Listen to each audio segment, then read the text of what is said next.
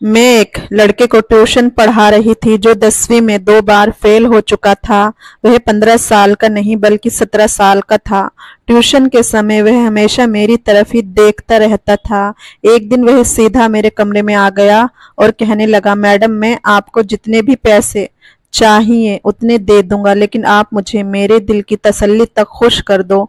मैं प्रेम को छोटा समझकर उस पर हंस पड़ी। तब उसने बेड पर ही एक्स्ट्रा क्लास के खत्म होने तक पूरे जोश में मेरा नाम नेहा है, मैं घर पर ही ट्यूशन चलाती थी और 10वीं तक के लड़के लड़कियां मेरे पास पढ़ने आते थे। ट्यूशन से मैं महीने के 7,000 रुपये कमा रही थी, लेकिन वह भी कहीं ना कहीं घर में खर्च हो जाते थे। हजारों रुपयों में भी मैं अपना घर ठीक से चला नहीं पाती थी, लेकिन जो था मेरे लिए वह ठीक ही चल रहा था।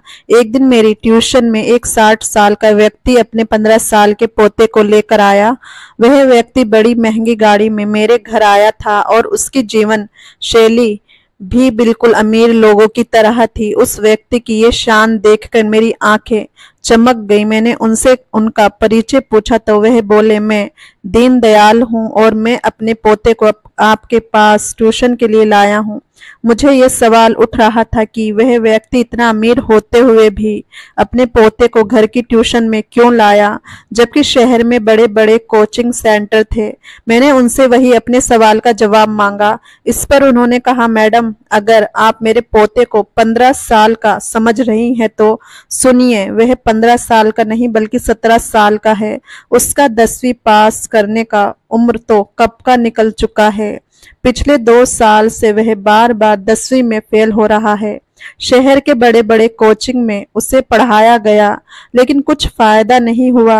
एक छात्र से आपका नाम सुना था। कभी कभी जो बड़े लोग नहीं कर सकते वह एक साधारण व्यक्ति कर देता है। अब मैं आपके पास बहुत उम्मीद लेकर आया हूँ।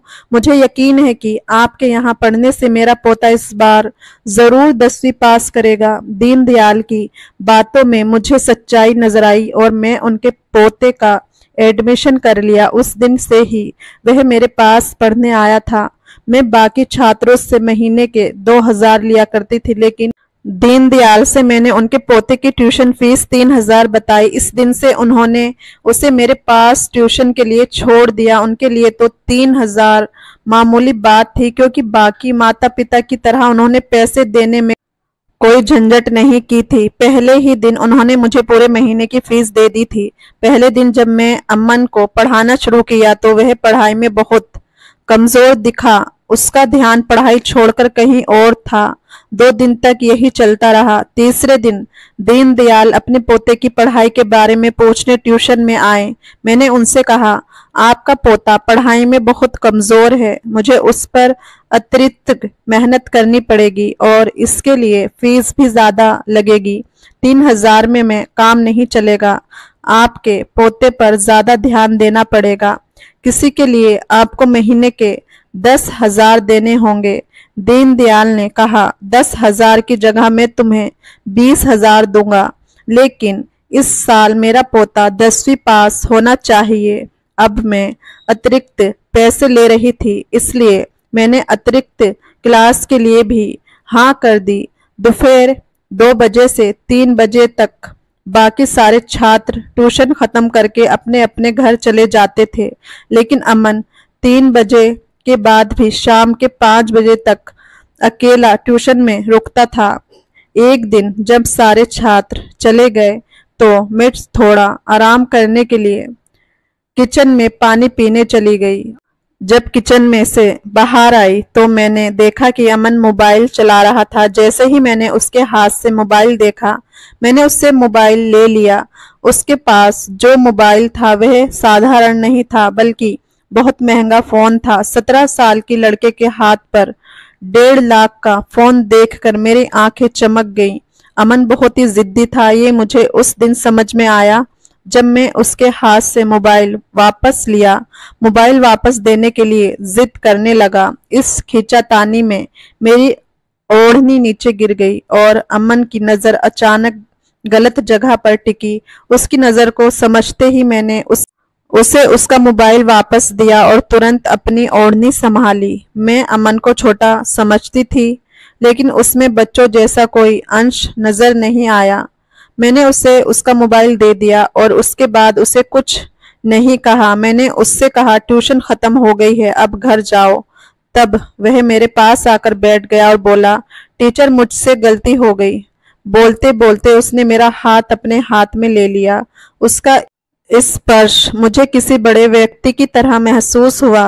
वह मेरे पास बैठा था। तभी मेरा पति घर आया। मेरे पति ने हमारी ओर ज्यादा ध्यान नहीं दिया क्योंकि वह अमन को एक छोटा लड़का समझता था। जब अरमान घर आया तो मैंने उसका उतरा हुआ चेहरा देखा। मैंने अमन से कहा, मुझे तुमसे कोई नाराजगी नहीं है, अब तुम घर जाओ, ट्यूशन का समय खत्म हो गया है। अमन ने मेरा हाथ छोड़ा और मैं अपने कमरे में चली गई। मैं अरमान से पूछा, अरमान क्या हुआ, तुम्हारा चेहरा इतना उतरा हुआ क्यों है? इस पर वह बोला, इस महीने मेरी तनख्वाह कम आई है, कई हफ्ते इस महीने कट गई हैं। उसके उतरे चेहरे को देखकर मैंने उनसे अपनी अलमारी में 10,000 निकाल के दिए। मैंने उसे बताया कि मैं अपने ट्यूशन क्लास से अच्छी कमाई कर रही हूँ। पैसे देते ही अरमान ने मुझे गले से लगा लिया। जब उसने मुझे गले लगाया तो मेरी नजर कमरे के दरवाजे पर गई जहां मुझे अमन दिखा। वह हमारे कमरे में झांक रहा था। उसे देखते ही मैंने कहा, अमन तुम यहाँ? तब वह अरमान के सामने हिचकिचाता हुआ बोलने लगा। अमन ने कहा, टीचर मुझे मैथ का एक सवाल समझ में नहीं आ रहा था, इसलिए मैं रुक गया था। तब अरमान फ्रेश होने के लिए बाथरूम में चला गया। मैं अमन को लेकर बाहर हॉल में आई। घर में ट्यूशन लेना बहुत मुश्किल होता है क्योंकि बच्चों की नजरों में क्या आ जाए ये कहा नहीं जा सकता। हॉल में आते ही अमन ने कहा, गणित में कल समझ लूंगा, और फिर वह घर चला गया। अगले दिन अमन एक्स्ट्रा क्लास के लिए 3 से 5 तक रुका। उसे मैं थोड़ा अभ्यास देकर अपने कमरे में चली गई। आज शाम मैंने तय किया था कि मैं अपने लिए एक जोड़ी झुमके खरीदूंगी। पिछले कई दिनों से मैं इसके लिए पैसे जमा कर रही थी। जब मैं कमरे में जाकर अलमारी देखी तो वहां केवल 5,000 थे। मैं कल 30,000 जमा किए थे, जिनसे 10,000 में अरमान को दे दिए थे। बाकी 15,000 कहाँ गए? मुझे कुछ समझ नहीं आया। आखिरकार मेरी आंखों में आंसू आ गए। तभी अचानक अमन वहां आ गया। उसने मेरे आंसू पोंछे और मुझसे पूछा कि क्या हुआ। मेरी समस्या सुनकर अमन अपने बैग से 20,000 लाया और मेरे हाथ में रख दिए। मैं भावुक होकर उसे गले लगा लिया। हालांकि मैं भावनाओं में बहकर उसे गले लगाया था, लेकिन अमन ने मुझे कुछ अलग तरीके से पकड़ा था। उसका स्पर्श गलत जगह हो रहा था। जब अचानक मुझे उसका ऐसा स्पर्श महसूस हुआ तो मुझे एहसास हुआ कि अमन अब छोटा नहीं रहा। मैं तुरंत उसे अपने से दूर कर दिया। जब मैं उसकी नज़र देखी तो मैं हैरान हो गई। मैं उससे पैसे वापस ले लिए और उसे बाहर हॉल में भेज दिया। उस दिन के बाद से अमन मुझे और ज्यादा चिपकने लगा। वह मुझसे हंसकर और खेलकर बात करने लगा था। ऐसे ही दिन बीतते गए। कुछ दिन बाद जब मुझे फिर से पैसों की जरूरत पड़ी, अमन की नजर फिर से फिसल गई। वह मुझे ऐसी जगह घूर रहा था कि मुझे अपने दुपट्टे का भी ध्यान नहीं रहा। मेरी नजर अमन पर थी। वह पुरुष जो स्त्री के नखरे उठाता है और उसे खुश रखता है, उसी के साथ समय बिताने की स्त्री की इच्छा होती है। पिछले कुछ दिनों से मैंने अपने पति को खुद से दूर रखा था क्योंकि वह मेरी जरूरत है पूरी नहीं कर पा रहा था, इसलिए उसे मेरे साथ समय बिताने का भी हक नहीं था। जब मैं अपना दुपट्टा ठीक करना शुरू किया तो अमन ने मुझे अपना एटीएम कार्ड दे दिया। उसका इरादा यही था कि मैं अपना दुपट्टा ठीक ना करूं। मेरी सुंदरता देखकर वह मेरी मदद कर रहा था, ये मुझे समझ में आ गया था। धीरे धीरे मैंने उसे अपने प्रेम के जाल में फंसाना शुरू कर दिया। अब उसका ध्यान पढ़ाई से हटकर मुझ पर ज्यादा था। मुझे भी इसका ध्यान अपनी ओर से हटने नहीं देता था। एक दिन शाम को अमन के दादाजी उसे लेने आए थे। उन्होंने कहा, आपके पास में अमन की ट्यूशन लगाकर सही निर्णय लिया है, क्योंकि उसे ट्यूशन में आने की बहुत ज्यादा चाहत होती है। अमन को पढ़ाई की चाहत थी या किसी और चीज की, ये उसके दादाजी को नहीं पता था। एक बार अमन ने मुझसे कहा, टीचर आप साड़ी से भी ज्यादा अच्छे छोटे कपड़ों में लगेंगी। तब एक्स्ट्रा क्लास के समय अमन मुझे शॉपिंग के लिए मॉल में ले गया। उसने मुझे बहुत महंगे कपड़े खरीद कर दिए। मैंने उससे कहा, तुम इतना पैसा खर्च कर रहे हो, अगर तुम्हारे दादाजी को पता चलेगा तो इस पर। अमन ने कहा, अगर दादाजी को पता चला कि मैं कितना पैसा खर्च कर रहा हूँ तो भी वह मुझे कुछ नहीं कहेंगे, क्योंकि मेरे खर्च के लिए वह खुद पैसे मेरे अकाउंट में डालते हैं। दादाजी मुझे 50,000 पॉकेट मनी देते हैं और पिछले कई सालों से मेरे अकाउंट में काफी पैसा जमा हो चुके हैं। मैं आज तक किसी पर भी खर्च नहीं किया और अब मैं तुम पर कर रहा हूँ। अमन का जवाब सुनकर मेरी आंखें फटी की फटी रह गईं। यहाँ मुझे महीना भर काम करने पर भी पूरे 30,000 नहीं मिलते थे और अमन की पॉकेट मनी ही 50,000 थी। उसके पॉकेट मनी होने के बावजूद अब मैं उसे पैसे पर अपना अधिकार जमा रही थी। इस पर से अमन मेरी इच्छा पूरी कर रहा था। उस दिन मॉल में 2 घंटे घूमने के बाद मैं बहुत थक गई थी। घर आते ही मैं आराम किया और फिर अपने कमरे में बाल सुखाने लगी। तभी अमन मेरे कमरे में आ गया। मुझे बात गाउन में देखकर वह पूरी तरह से होश खो बैठा। मेरे पास आकर वह मेरे शरीर पर हाथ फेरने लगा। मैंने उससे खुद से दूर किया तो उसने मुझे जोर से अपनी ओर खींचा। अमन ने कहा, टीचर, मैं आपको जो चाहिए वह दे रहा हूँ, तो आपको भी मुझे जो चाहिए वह देना चाहिए। अमन ने मुझे अपनी अनुचित इच्छा व्यक्त की। पिछले कुछ दिनों से वह मुझे अनजाने में अजीब ढंग से छूता था और मुझे अजीब तरीके से देखता था, लेकिन मैंने उसे कभी कुछ नहीं कहा। अब अचानक उसने अपनी अनुचित इच्छा जाहिर कर दी थी। मैं अमन से कहा, अगर मैं तुम्हें मना कर दूं तो। इस पर उसने कहा, तो मैं तुमसे दूर चला जाऊंगा। जब मुझे समझ आया कि अगर अमन मुझसे दूर जाएगा तो मुझे उससे मिलने वाली आर्थिक मदद और मेरा घर सब कुछ बंद हो जाएगा, तब मैं घबरा गई। मुझे पैसों की बहुत जरूरत थी। मेरे पति की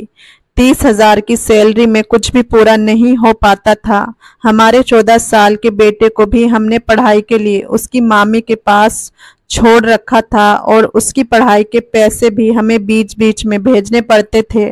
ये सब सोच विचार करके मैंने अरमान को छोड़ दिया और अमन को वह सब कुछ देने के लिए तैयार हो गई जो वह चाहता था। मुझे लगा कि अमन को इन सब बातों की ज्यादा जानकारी नहीं होगी और वह क्या कर लेगा, लेकिन जब वह मेरे पास आया तो उसने किसी अनुभवी व्यक्ति की तरह मेरे साथ समय बिताना शुरू कर दिया। मैं अमन को छोटा समझ रही थी, लेकिन वह बिल्कुल भी छोटा नहीं था। अब वह हर रोज एक्स्ट्रा क्लास के समय मेरे साथ समय बिताने लगा था। इसी तरह 2-3 दिन गुजर गए। एक दिन मैं अमन के पास ऐसी गोलियां देखी जो नहीं होनी चाहिए थी। मैंने उससे पूछा कि उसने ये ताकत बढ़ाने वाली गोलियां कहाँ से लाई, तो उसने कहा, पैसा फेंको तो सब कुछ मिलता है, जैसे तुम मुझे मिली हो। अमन की ये शब्द सुनने में अजीब लगे, लेकिन मुझे पैसों की जरूरत थी, इसलिए मैंने उसकी बातों पर ध्यान नहीं दिया। मेरे साथ समय बिताने से पहले अक्सर उन गोलियों का सेवन करता था। मैंने कई बार उसे वह गोलियां लेने से मना किया, लेकिन एक बार जब वह बिना गोलियां लिए मेरे साथ समय बिताने आया तो उसने खुद को कमजोर महसूस किया। अमन खुद को बड़ा समझता था और ये दिखाने के लिए वह सब कुछ कर सकता था। वह उन ताकतवर गोलियों का सेवन करता था। उस दिन अमन को चक्कर आ रहे थे, फिर भी उसने मेरे साथ समय बिताने में कोई झिझक नहीं दिखाई। अमन मेरी हर जरूरत को पूरा कर रहा था और मैं उसे वह खुद दे रही थी जो वह चाहता था। इन सारी बातों की मेरे पति अरमान को जरा भी खबर नहीं थी। मैंने अरमान से ये कहा रखा था कि मेरे पास 2-3 कमजोर छात्र हैं जिनकी मैं पढ़ाई में मदद कर रही हूँ। उसके माता पिता ने उस लड़के की ट्यूशन करने के लिए मुझे 10,000 रुपए फीस थी। इस सोच से अरमान सोचता कि उसे ही फायदा हो रहा है। उसे मेरे और अमन के रिश्ते के बारे में जरा भी जानकारी नहीं थी। एक दिन मेरे मोबाइल पर मेरी बहन का फोन आया। सुनीता ने मुझे फोन पर जो कुछ भी बताया उसे सुनकर तो जैसे मेरे पैरों तले जमीन खिसक गई। जब उसका फोन आया तब मैं अमन के साथ अपने प्रेम में थी। अमन को चक्कर आ रहे थे और वह मेरी बिस्तर पर पड़ा हुआ था। मेरी बहन की बात सुनते ही मैं अमन को खुद से अलग किया। सुनीता ने कहा, नेहा अपने बेटे को अभी के अभी यहाँ से ले जाओ। तुम्हारी स्थिति को ध्यान में रखकर मैं उसे पढ़ा रही थी, लेकिन उसने ऐसा काम किया है जिससे मेरी इज्जत पर दाग लग गया है। सिद्ध जहां ट्यूशन पढ़ने जाता था वहां उसने अपनी ट्यूशन टीचर पर बुरी नजर डाली थी, इसलिए मेरी बहन मुझे घर छोड़ने जा रही थी। मेरे बेटे की हरकत सुनकर मुझे समझ नहीं आ रहा था कि मैं उसे किस मुंह से बोलूं, क्योंकि मैं खुद एक टीचर होने के बावजूद कुछ पैसों के लिए एक 17 साल के लड़के की अनुचित मांगे पूरी कर रही थी। उस दिन मुझे समझ आया कि अगर मैं समय रहते अमन को ये सारी बातों के लिए मना कर दिया होता और उसे बिना वजह अपने प्रेम के जाल में ना फंसाया होता तो आज मेरे बेटे ने ऐसा कुछ नहीं किया होता। सिद्ध ने जो किया वह मेरी ही गलतियों का परिणाम था। मुझे मेरी गलती का एहसास करने के लिए ही शायद ये सब कुछ हुआ। उस दिन मैं अमन द्वारा दिए गए सारे गिफ्ट और पैसे वापस कर दिए और उसे मेरी ट्यूशन में आने से सख्त मना कर दिया। अमन द्वारा ली जा रही दवाओं का बुरा असर दिखने लगा था, इसलिए उसने सबसे बाहर निकलने का फैसला किया था। उसको यह एहसास हो गया था कि उसने बहुत कम उम्र में एक बड़ी गलती की थी। उस दिन के बाद से उसने पढ़ाई पर ध्यान देना शुरू कर दिया। मैं ट्यूशन पढ़ाना बंद कर दिया था क्योंकि पिछले महीने में मैंने जो कुछ भी किया था उसका मुझे बहुत पछतावा था। मैं उस बारे में अपने पति से कुछ नहीं कहा सकती थी और ना ही मैं अपने 14 साल के बेटे से नजरें मिला सकती थी। सिद्ध ने जो किया था वह गलत था, लेकिन मैं उसे किस मुंह से डांटूं ये मुझे समझ नहीं आ रहा था। उस दिन से मैंने ठान लिया कि जो मेरे पास है उसी में खुश रहूंगी। पैसा सब कुछ नहीं होता, पैसे से बढ़कर होते हैं संस्कार। मैं अपने बेटे और विद्यार्थी को संस्कार देना भूल गई थी। पैसे कमाने की धुन में मैंने अपने संस्कारों को खो दिया था। भगवान ने मेरे बेटे से गलती करवाकर मुझे मेरी गलती का एहसास करवाया।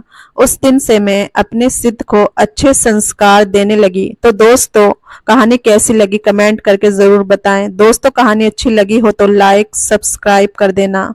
धन्यवाद दोस्तों।